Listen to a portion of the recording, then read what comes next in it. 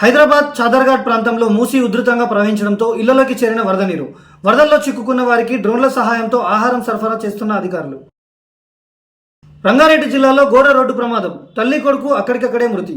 యాచారం మండలం కుర్మిద్ద గ్రామానికి చెందిన తల్లి కొడుకులు సత్యమ్మ, శ్రీధర్ శనివారం కందుకూరు మండలంలోని ఎన్టీఆర్ తండా వద్ద ఆగి ఉన్న డీసీఎంను వెనుక నుండి ఆటో ఢీకొనడంతో అక్కడికక్కడే మృతి చెందారు.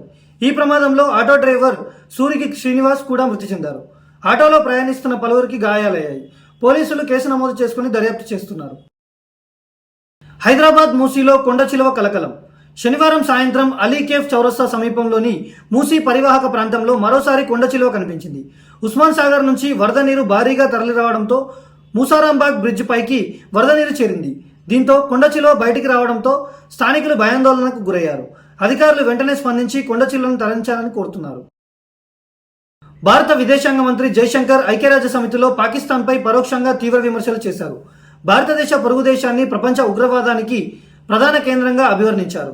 ఆ దేశం ఉగ్రవాదాన్ని రాష్ట్ర విధానంగా ప్రకటించిందన్నారు. ఉగ్రవాదం నుంచి ప్రజలను రక్షించుకునే హక్కు భారత్కు ఉందని గట్టిగా చెప్పారు. మంజీరా ఉగ్రరూపం. గర్భగుడిని ముంచెత్తిన వరద. ఆకాశాన్ని అంటుతున్న బంగారం ధరలు. డాలర్ విలువ పతనం కారణంగా బంగారం ధరలు రోజురోజుకు పెరుగుతూ ఆల్ టైమ్ రికార్డులకు చేరువవుతున్నాయి. ఆదివారం తులం బంగారం ధరపై 1500కు పైగా పెరిగి దేశీయంగా 1,15,480 వద్ద కొనసాగుతుంది. ప్రధాన నగరాల్లోనూ ఇదే పరిస్థితి నెలకొంది. బంగారం ధరలు భారీగా పెరగడంతో ఆభరణాలు కొనుగోళ్లు గణనీయంగా తగ్గాయి. సామాన్యులకు బంగారం కొనడం కష్టతరంగా మారింది. వెండి ధర కూడా కిలో 1.49 లక్షలకు చేరింది. మూసీ ప్రాజెక్టుకు పోటెత్తిన నీరు. నల్లగొండ జిల్లా కేతిపల్లి మండలంలోని మూసీ ప్రాజెక్టుపై హైదరాబాద్లో కురిసిన భారీ వర్షాల కారణంగా నీటి ప్రవాహం పోటెత్తింది. ప్రాజెక్టు నిండుకుండలా మారడంతో అధికారులు 9 గేట్లను 4 అడుగుల ఎత్తున తెరిచి 45,000 క్యూసెక్కుల నీటిని దిగువకు విడుదల చేశారు. ప్రాజెక్టు పూర్తి నీటి మట్టం 645 అడుగులు కాగా ప్రస్తుతం 643 అడుగుల నీరు నిల్వ ఉందని ప్రాజెక్టు అధికారులు మధు తెలిపారు. ప్రాజెక్టు కింద ఉన్న రైతులు, ప్రజలు అప్రమత్తంగా ఉండాలని అధికారులు సూచించారు.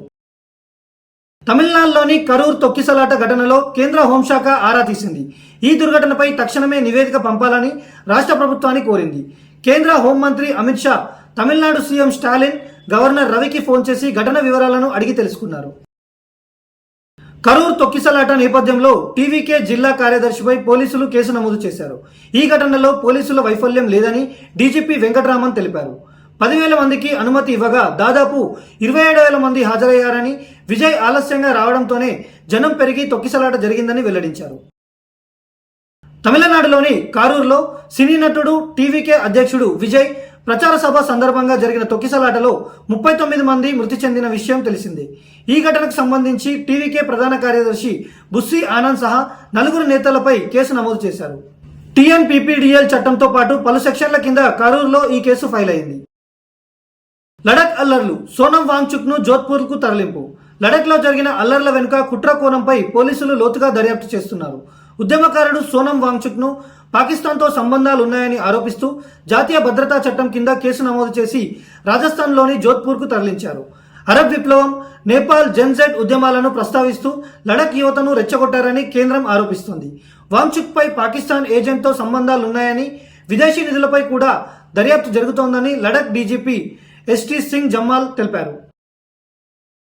తాడేపల్లిగూడెం ఏలూరు రోడ్లోని శ్రీ వాసవి కన్యకా పరమేశ్వరి పంచాయతన క్షేత్రం వద్ద రాత్రి 3,80,000 రూపాయలు చోరీకి గురైనట్లు బాధితుల ఆరోపణ.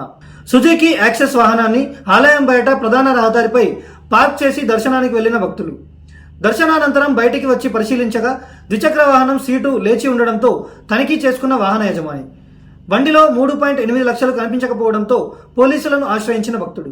సీసీ కెమెరా ఆధారంగా చోరీ చేసిన వ్యక్తిని గుర్తించిన ఆలయ నిర్వాహకులు గడిచిన వారం 10 రోజులుగా మసీద్ సెంటర్లో 2 చోరీలు జరగగా సీసీ ఫుటేజ్ ఆధారంగా కేసును ఛేదించిన సీఐ ఆదిప్రసాద్ మరియు వారి సిబ్బంది.